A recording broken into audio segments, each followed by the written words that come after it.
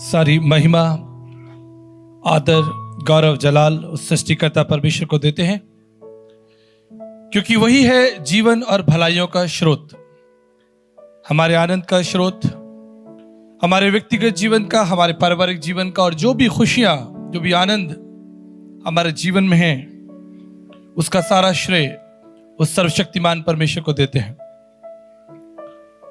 आज पुनरुत्थान दिवस है और मैं आपकी उपस्थिति के लिए धन्यवाद करता हूं कि आपने अपना कीमती समय दिया। कितने लोगों को मालूम है कि पुनरुत्थान दिवस क्या है? हाथ उठाएं। कितने दिन लोगों को नहीं मालूम है कि पुनरुत्थान दिवस क्या है? वो हाथ उठाएं। व्हाट इज रिजरेक्शन डे, पुनरुत्थान दिवस? मैं संदेश में आगे ले जाने से पहले और पुनरुत्थान दिवस क्या है उसमें आगे जाने से पहले मैं, जैसा मैंने कहा कि मैं परमेश्वर का धन्यवाद करता हूं क्योंकि वही भलाइयों का स्रोत है। साथ ही भारतीय मसीह समाज के तमाम स्वयंसेवकों का, तमाम लोगों का जिन्होंने इस प्रोग्राम को कोऑर्डिनेट किया, मैं उनके प्रति भी आभार प्रकट करता हूं। आज का दिन, पुनरुत्थान दिन, न केवल मसीह समाज के लिए लेकिन संपूर्ण विश्व के लिए एक आनंद का सुसमाचार है। आप जानते हैं कि मसीह विश्वास का जो आधार है, जो फाउंडेशन है, वो पुनरुत्थान है।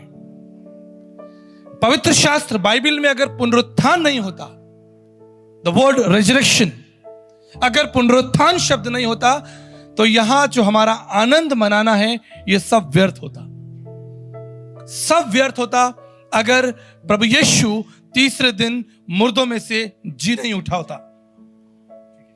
गुड फ्राइडे, हम सब जानते हैं कि बहुत से लोग हमें फोन करके कहते हैं कि आपको गुड फ्राइडे की बहुत बहुत शुभकामनाएं, और फिर हमें उन्हें बताते हैं कि गुड फ्राइडे पर हम शुभकामनाएं नहीं देते हैं क्योंकि उस दिन प्रभु यीशु मसीह ने हमारे लिए उस अपमान, उस पीड़ा को, उस दर्द को, उस मृत्यु को चखा था। पवित्र शास्त्र बाइबल का वो पद मैं आपके लिए पढ़ना चाहता हूं। संत पौलुस का खत रोमियो, उसका 5 अध्याय और 6 और 7 पद मैं आपके लिए पढ़ूंगा। यह लिखा है कि जब हम निर्बल ही थे तो यीशु मसीह हमारे लिए मारा गया। पुनरुत्थान को समझने के लिए हमें गुड फ्राइडे या उस शुक्रवार के बारे में बात करनी होगी जिस दिन प्रभु यीशु मसीह हमारे अधर्म और हमारे पापों के लिए मारा गया। मैंने भारतीय दर्शन का अध्ययन किया है, पवित्र शास्त्र बाइबल का अध्ययन किया है और दुनिया के तमाम दर्शनों का अध्ययन किया है। सभी दर्शनों का एक लक्ष्य है कि कैसे हम उस परमात्मा को, उस परमपिता परमेश्वर को प्राप्त करें और कैसे हमारे पाप, जो बुराइयां हमारे जीवन में हैं, उनसे हम दूर हों। परमेश्वर का वचन रोमियो उसका 5 अध्याय 8 पद में कहता है, परमेश्वर ने अपने प्रेम की भलाई इस रीति से प्रकट की कि जब हम पापी थे तो यीशु मसीह हमारे लिए मर गया। मेरे प्रियो, यह वचन सुनने में बड़ा साधारण लगता है जब हम यीशु मसीह को क्रूस पर देखते हैं कि आज से 2000 साल पहले प्रभु यीशु हमारे लिए क्रूस पर मर गया। लेकिन मैं आपको अपने जीवन की एक सच्ची घटना बताता हूं। मृत्यु भयानक है, मृत्यु कड़वी है। एक बार मैं दिल्ली से सिंगापुर यात्रा कर रहा था। रात को लगभग 9:30 बजे की फ्लाइट थी। हमने खाना खाया और जहाज जो था वो लगभग 40,000 फीट पर ऊंचाई पर लगभग 930 किलोमीटर प्रति घंटे की रफ्तार से चल रहा था। बहुत रात हो गई थी, इसलिए पायलट ने अनाउंस किया कि अब आप आराम से सो सकते हैं, हमें सिंगापुर पहुंचने में लगभग 4 घंटे और लगेंगे। लेकिन तभी लगभग रात को 3, साढ़े 3 बजे के आसपास अचानक उस जहाज के अंदर एक सीवियर टर्बुलेंस हुआ। जो लोग हवाई यात्रा करते हैं वो जानते हैं कि टर्बुलेंस क्या होता है। जहाज पत्तों की तरह लड़खड़ाने लगा, सारे यात्री उठ गए, जहाज के अंदर मृत्यु का माहौल छा गया। हर एक व्यक्ति चीखने और चिल्लाने लगा। जहाज वास्तव में बुरी तरह से कांप रहा था। It was a severe massive turbulence. लग रहा था कि अब मृत्यु बहुत निकट है। अगर 930 किलोमीटर प्रति घंटे की रफ्तार से वो जहाज पानी में गिरता या किसी पहाड़ से टकराता तो आप यकीन मानिए कोई भी व्यक्ति बचता नहीं। लेकिन पायलट लगातार कह रहा था कि मैं एक ट्रेन्ड पायलट हूं, आप बिल्कुल चिंता ना करें, मैं सही सलामत आपको सिंगापुर की धरती पर उतार दूंगा। लेकिन मृत्यु का भय उस जहाज में था। बुद्धिमान लोग, लंबे लोग, धनवान लोग, बहुत पढ़े लिखे लोग मृत्यु के भय से थर-थर कांप रहे थे। मेरे भी सामने एक प्रश्न था कि अगर आज रात मेरी मृत्यु हो जाए तो मेरे घर में मेरी पत्नी, मेरे 2 बच्चे, मेरे माता पिता और भाई, मृत्यु भयानक है, मृत्यु कड़वी है। हम में से कोई भी व्यक्ति मृत्यु के निकट नहीं जाना चाहता। कोई भी व्यक्ति मृत्यु के बारे में बात नहीं करता। We never talk about death. We never talk about pain and suffering. लेकिन बाइबल कहती है जब हम पापी थे प्रभु यीशु मसीह ने हमारे लिए मृत्यु को चखा। आगे बढ़कर प्रभु यीशु को किसी ने मारा नहीं। Nobody killed him. कोई उसे छू भी नहीं सकता। आप कल्पना कीजिए, अगर आप यशाया नबी उसका 6 अध्याय पढ़ते हैं, जितने लोगों ने बाइबल पढ़ी वो जानते हैं यशाया जो परमेश्वर का दास है, परमेश्वर का सेवक है, वो एक स्वप्न देख रहा है, एक दर्शन देख रहा है। आप जानते हैं वो दर्शन क्या है? वो दर्शन है कि यशाया परमेश्वर की उपस्थिति में खड़ा है और परमेश्वर की उपस्थिति में स्वर्गदूत खड़े हैं और उन स्वर्गदूतों ने अपनी आंखें बंद कर ली हैं। वो स्वर्गदूत नीचे देख रहे हैं। इतना भयानक परमेश्वर का तेज, इतना प्रकाश कि स्वयं स्वर्गदूत भी परमेश्वर को देख नहीं सकते। यशाया कहता है I am dying in the presence of God. मैं परमेश्वर की उपस्थिति में मरा जा रहा हूं। He is a holy God. वो एक पवित्र परमेश्वर है। He is a mighty God, एक सर्वशक्तिमान परमेश्वर जिसने संसार को बनाया है, जिसने पूरे ब्रह्मांड को बनाया है। भजन संहिता उसका 24 अध्याय उसके पहले पद में लिखा है पृथ्वी और जो कुछ पृथ्वी में है वो यहोवा परमेश्वर का है। ये सारी जातियों के लोगों यहोवा के सामने चुप रहो, क्योंकि वो यहोवा परमेश्वर अपने सिंहासन पर विराजमान है। मूसा ने कहा प्रभु मैं आपको देखना चाहता हूं, एक बार मेरी इच्छा है कि मैं आपका दर्शन करना चाहता हूं। आप जानते हैं परमेश्वर ने मूसा से क्या कहा? परमेश्वर ने मूसा से कहा मूसा अगर कोई प्राणी मुझे देख ले तो वो जीवित नहीं बचेगा। मैं एक तेजोमय परमेश्वर हूं, अगम्य सनातन परमेश्वर, जिसने पृथ्वी की नींव डाली है, जिसने ब्रह्मांड को ताना है। I am a mighty God and no one can see me. कोई मेरा दर्शन नहीं कर सकता। अज्ञात और अज्ञेय परमेश्वर, सृष्टिकर्ता परमेश्वर, आसमान में उड़ते हुए पक्षी, जमीन पर चलते हुए इंसान और जानवर उसके हाथों की रचना है। पवित्र शास्त्र बाइबल कहती है उसने हमको बनाया है और हमारे अंदर जीवन का श्वास फूंक दिया और हम जीवित प्राणी हो गए। लेकिन कहानी जब आगे बढ़ती है, पाप इस संसार में आ जाता है। पाप परमेश्वर को और मनुष्य को दूर कर देता है। आप कल्पना कीजिए, सोचिए कि क्या आप अपने उन विचारों के साथ, उस कर्म के साथ, उस पवित्र महापवित्र परमेश्वर के सामने खड़े हो सकते हैं? नहीं खड़े हो सकते। No one can. पवित्र शास्त्र बाइबल कहती है सब ने पाप किया और सब परमेश्वर की महिमा से रहित हैं। भारतीय दर्शन भी कहता है पापम पापात्मा पाप कर्मा पाप सम्मात त्राहिमाम पुंडक्षाम सर्व पाप हरे हरे। ये परमेश्वर मैं पापी हूं, मौसम कौन कुटिल खलखामी, पापी कौन बड़ो है मुझसे, सब पततन में नामी। संत तुलसीदास जी ने भी कहा हम सब, चाहे हम किसी भी जाति, किसी भी भाषा, किसी भी देश, किसी भी वर्ग के क्यों ना हो, इससे कोई फर्क नहीं पड़ता, पाप का स्वभाव हम सबके जीवन में है। मैं अपने जीवन की एक सच्ची घटना बताकर आपको तेजी से वचन की तरफ लेना चाहता हूं। मेरे पिताजी यहां बैठे हैं, मुझे नहीं मालूम उन्हें यह किस्सा याद होगा कि नहीं। मैं 8 साल का था, अपने पिताजी के साथ साइकिल पर बैठकर सब्जी खरीदने जाया करता था। एक दिन मैंने थैले में बहुत सारी अदरक चुरा ली। मैं बड़ा खुश था मैंने एक अच्छा काम किया है। मैं घर आया, मेरी माँ ने जब उस बैग को खोला, उन्होंने देखा कि इसमें इतनी अदरक क्यों है। मेरे पिताजी ने कहा कि आज तो मैंने अदरक खरीदी नहीं। हम लोग जब अदरक खरीदते हैं तो 100 ग्राम 200 ग्राम या आधा किलो खरीदते हैं, 5-7 किलो अदरक कोई नहीं खरीदता। आप जानते हैं, मैं बड़ा खुश था, मुझे इनाम मिलेगा, मैंने एक अच्छा काम किया है। मेरी माँ आई, उन्होंने मुझे संभाला, मुझसे कहा दिस इज अ सिन, ये पाप है परमेश्वर की दृष्टि में। मेरे प्रियो, याद रखिएगा, हम पाप करके पापी नहीं बनते, हम पापी ही हैं इसलिए हम पाप करते हैं। पवित्र शास्त्र बाइबल कहती है हम सबके अंदर पाप का स्वभाव है, झूठ का, लालच का। मेरे प्रियो, इसका समाधान क्या है? इसका समाधान क्या है? भारतीय ऋषियों ने कहा न योगिन न सांख्यन कर्मणानु न विधाया ब्रह्मैकत मोक्ष विद्यते सिद्धाय नान्यथा। न दानेन न स्नानेन, न दान करने से न स्नान करने से, ना योगिन न सांख्यन कर्मणानु न विधाया, ना तुम्हारे अच्छे कर्मों से ये पाप नहीं धुल सकते। इन पापों को धोने का केवल एक ही तरीका है। आप जानते क्या? देवानुग्रम हेतुक्रम, उस परमेश्वर की दया, उस परमेश्वर की कृपा। अब ये कृपा हमें कैसे मिलेगी? इस कृपा के लिए हमें क्या करना होगा? आप जानते हैं, नील आर्मस्ट्रांग पहला व्यक्ति जो चांद पर गया।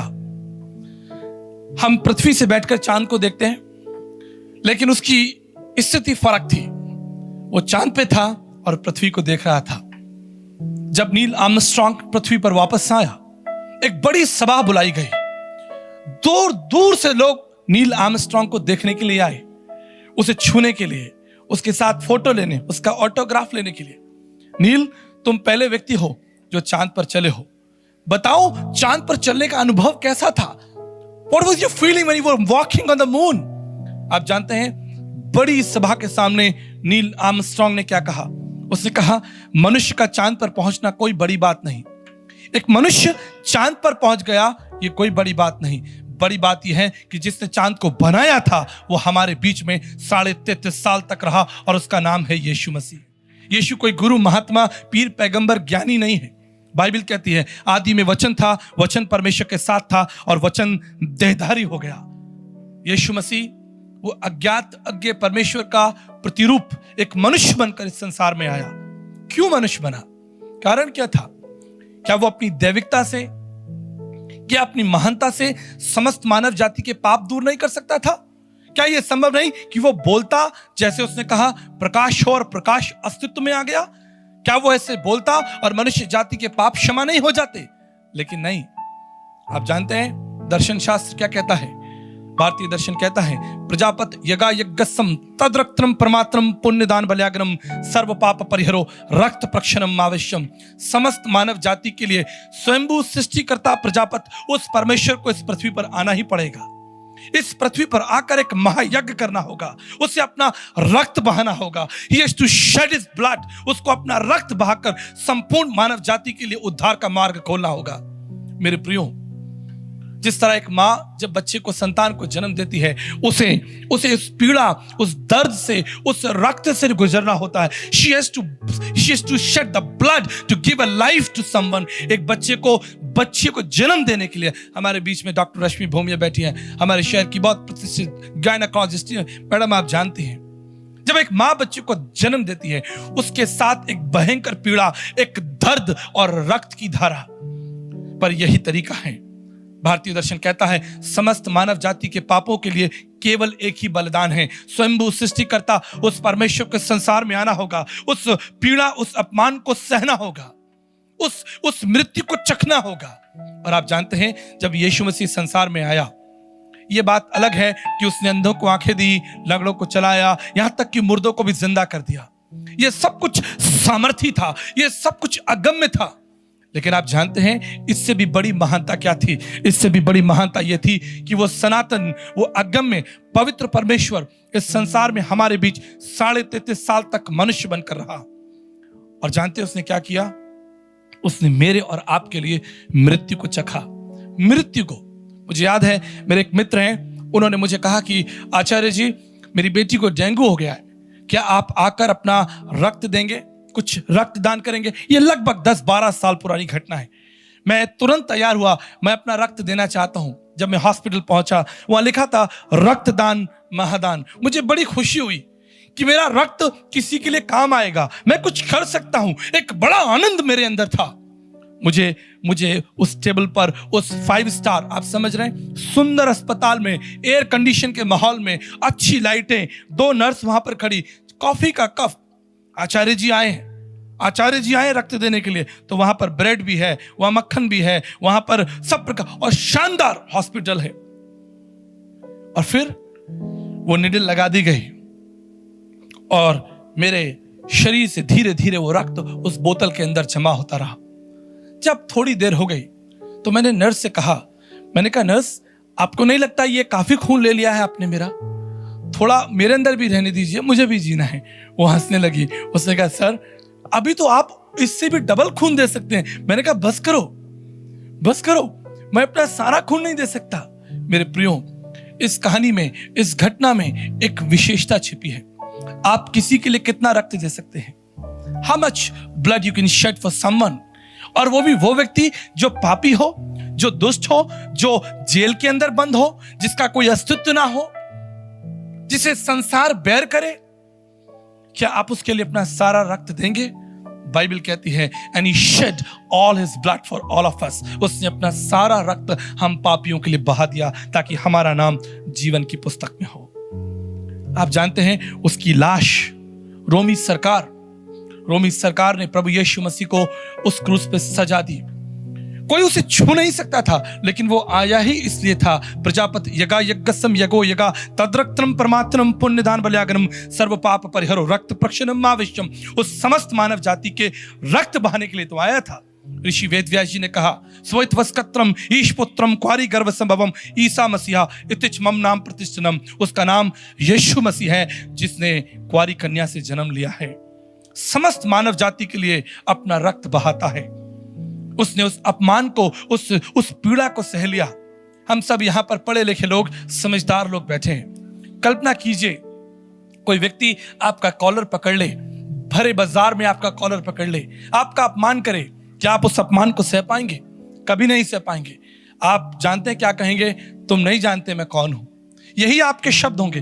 अभी ठहरो, अभी बताता हूं, अभी बुलाता हूं। मेरे प्रियो, लेकिन जब यीशु मसीह को पकड़ा गया, आप जानते हैं पतरस ने कहा, जो पतरस यीशु मसीह का शिष्य था, हे प्रभु आज्ञा दे कि स्वर्ग से स्वर्गदूत आए। उसने कहा, पतरस नहीं, मैं इसीलिए आया हूं ताकि इस अपमान को, इस पीड़ा को सहूं। आप जानते हैं सृष्टिकर्ता परमेश्वर के मुंह पर थूक दिया गया, यीशु मसीह के ऊपर थूक दिया गया, उसे कोड़े मारे गए, उसके कपड़े उतार लिए गए और उसे सूली पर सजा दी। उसने उस मृत्यु को, उस पीड़ा को चख लिया ताकि आपका नाम जीवन की पुस्तक में हो।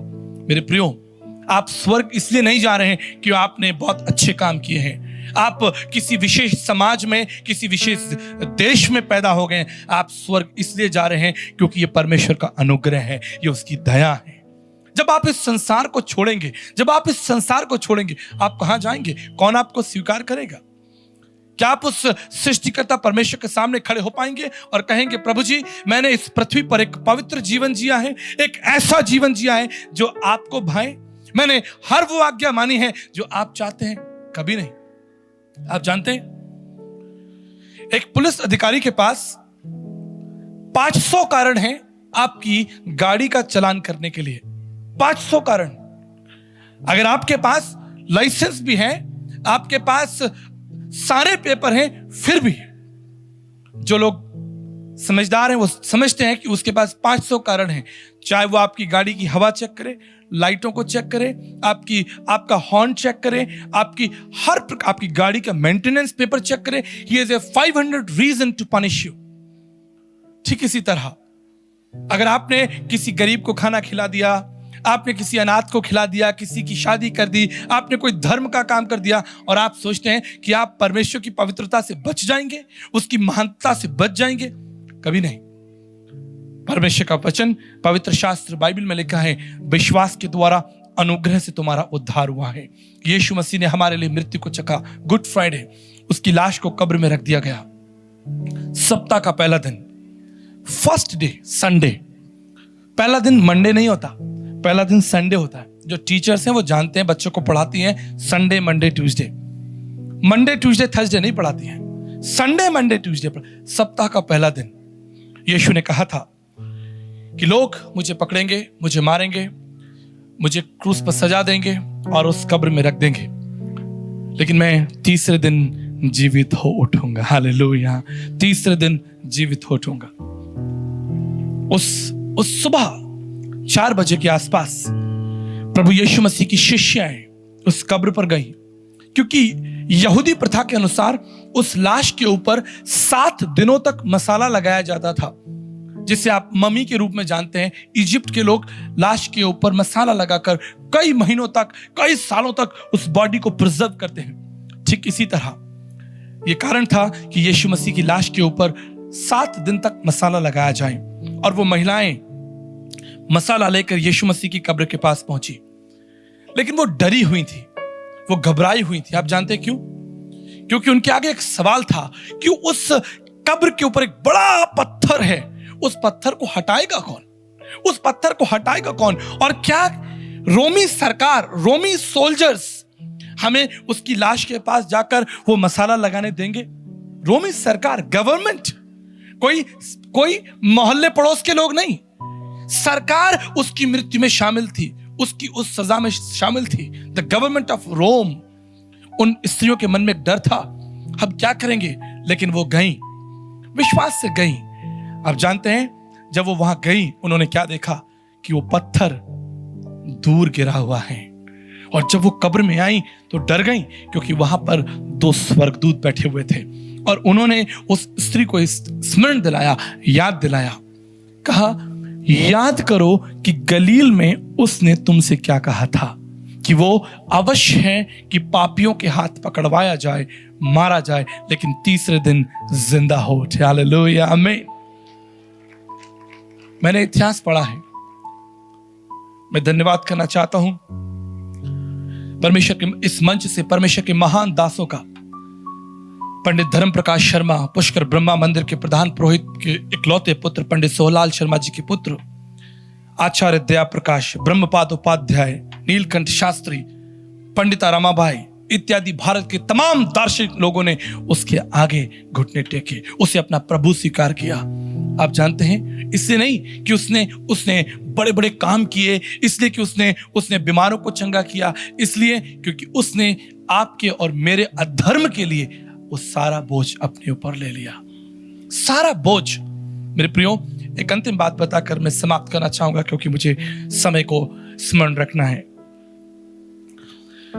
आप जानते हैं 1994 में, 1994 में ओलंपिक में 400 मीटर की दौड़ के लिए धावक मैदान में खड़े थे और दौड़ शुरू हो गई।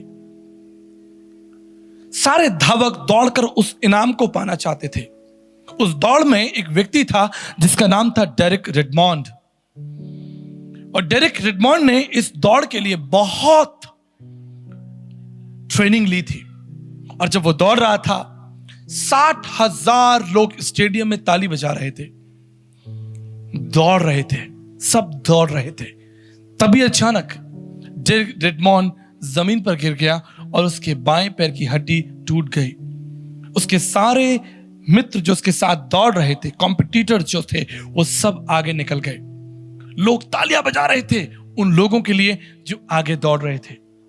किसी ने डेरिक रेडमॉन्ड की तरफ नहीं देखा। Nobody even looked at him. Derek जमीन पर पड़ा था, उसकी आंखों में आंसू थे, उसके पैर में बहुत पीड़ा दर्द थी। 60,000 लोगों की भीड़ में एक व्यक्ति दौड़कर डेरिक रेडमॉन्ड के पास में आया, दौड़कर गया, उसने उसके आंसुओं को पोंछा, उसे गले लगाया। आप जानते हैं डेरिक रेडमॉन्ड ने क्या कहा? उसने कहा, पिताजी आपका धन्यवाद कि आप मेरे लिए आ गए। आप जानते हैं डेरिक रेडमॉन्ड ने अपने पिता से कहा, पिताजी मैं ये दौड़ तो हार गया हूं, मेरे सारे मित्र निकल चुके हैं, मैं ये दौड़ हार गया हूं, लेकिन मैं एक विनती करता हूं, एक प्रार्थना करता हूं, मेरी सहायता कीजिए कि मैं इस दौड़ को पूरा करना चाहता हूं। I want to finish the line, finish the race. Derek Redmond के पिता ने उसका सारा बोझ अपने कंधे पर ले लिया, उसे सहारा दिया। उसका सहारा बनकर धीरे धीरे डेरिक रिडमॉन्ड को उस फिनिश लाइन तक ले गया और इस तरह अपने पिता की मदद से, अपने पिता की सहायता से डेरिक रिडमॉन्ड ने उस हारी हुई दौड़ को पूरा किया। आप जानते हैं, ठीक इसी तरह आज से 2000 साल पहले जब सारी मानव जाति पाप में गिरी थी, अंधकार में गिरी थी, झूठ और बेईमानी में, घमंड और लालच, पद और प्रतिष्ठा की लड़ाई, सारा संसार पाप में गिरा था। कोई विकल्प नहीं था उठने का, कोई विकल्प नहीं था कि हम बच जाएं। बाइबल कहती है स्वर्ग का परमेश्वर पृथ्वी पर मनुष्य बनकर आ गया। परमेश्वर के पवित्र शास्त्र बाइबल के अंदर 10,000 गुरुओं के नाम हैं। इसमें आदम भी है, मूसा भी है, एलिया एलीशा भी है, दाऊद भी है। 10,000 संतों और गुरुओं के नाम हैं। लेकिन आज की शाम हम प्रभु यीशु की बात कर रहे हैं, इसलिए क्योंकि उसने मेरे और आपके लिए उस अपमान और उस मृत्यु को चखा। मार दिया गया, गाड़ दिया गया, लेकिन हम परमेश्वर का धन्यवाद करते हैं, वो तीसरे दिन मुर्दों में से जी उठा। हालेलुया। आप जानते हैं तीसरे दिन के बाद 40 दिन तक प्रभु यीशु, सतगुरु प्रभु यीशु जमीन पर लोगों के साथ चले, उनसे बात की, उनके साथ खाना खाया और उन्हें अपना शरीर और अपना सब कुछ दिखाया कि देखो मैं जिंदा हूं।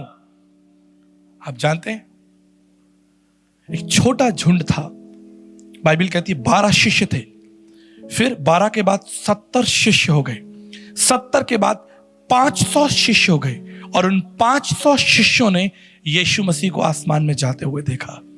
जब वो आसमान में जा रहे थे, बादल खुल गया। मैं साइंस का स्टूडेंट हूं और आप भी होंगे।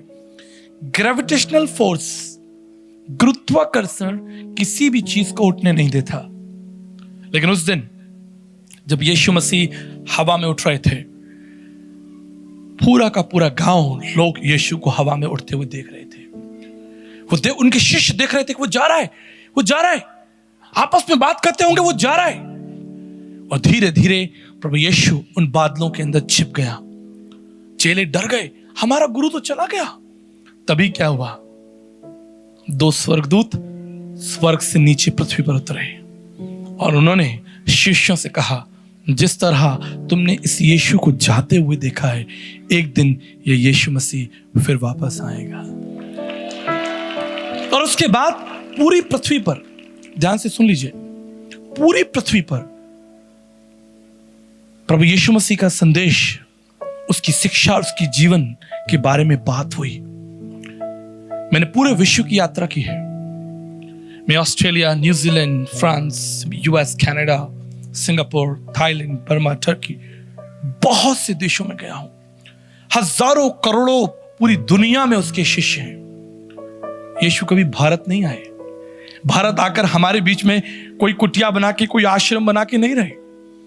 उसके पास कोई रथ नहीं था, उसके पास कोई ऑफिस, कोई आर्मी नहीं थी, कोई गवर्नमेंट नहीं थी।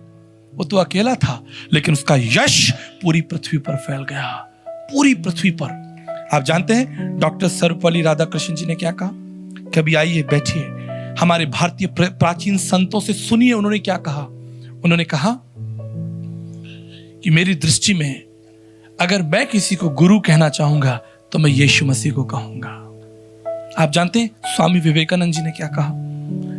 उन्होंने कहा, अज्ञात अज्ञेय परमेश्वर, स्वामी विवेकानंद साहित्य सर्वस्वम वॉल्यूम 7 पेज नंबर 1। वो कहते हैं उस अज्ञात अज्ञेय परमेश्वर को जानने का केवल एक ही तरीका है, उसके पुत्र प्रभु यीशु मसीह के द्वारा।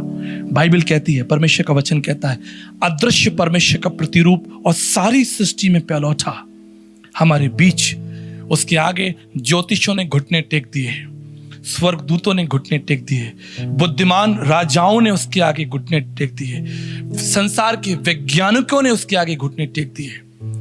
इसलिए नहीं क्योंकि वो रथ पर सवार था, उसके पास बहुत ताकत थी, उसके पास बहुत बड़ा वैभव था, इसलिए क्योंकि वो नम्र और दीन था।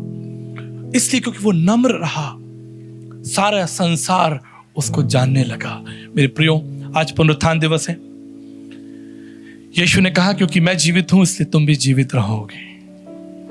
मैं वहां रहता हूं, तुम भी वहां रहोगे। बच्चे कहां रहेंगे? बच्चे अपने पिता के घर में रहेंगे।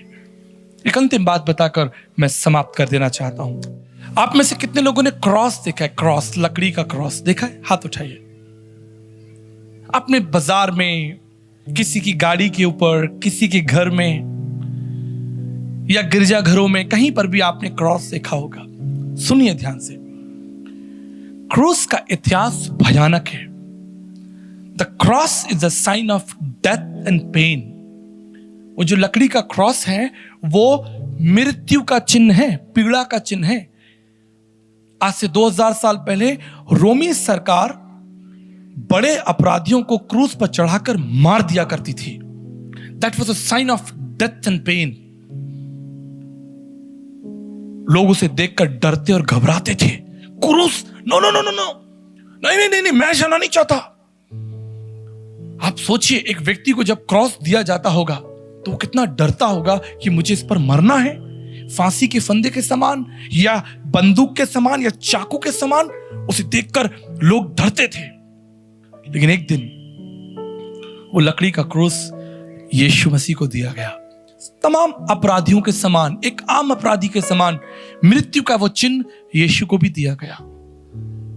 यीशु ने उस क्रूस को गले लगा लिया, उससे प्यार किया, उसके साथ एकता की, उस पर चढ़ गया। आप जानते हैं, मृत्यु का चिन्ह, पीड़ा का चिन्ह, दर्द का चिन्ह जिससे लोग डरते थे, आज लोग उसे अपने घर में, अपने दफ्तर पर लगाते हैं। क्यों?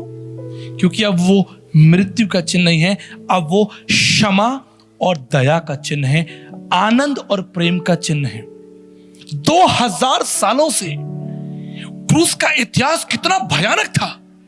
कोई सोच ही नहीं सकता था कि एक दिन ये क्रूस जिससे लोग डरते हैं, घबराते हैं, भागते हैं, एक दिन इसके निकट आएंगे, इसके सामने झुकेंगे।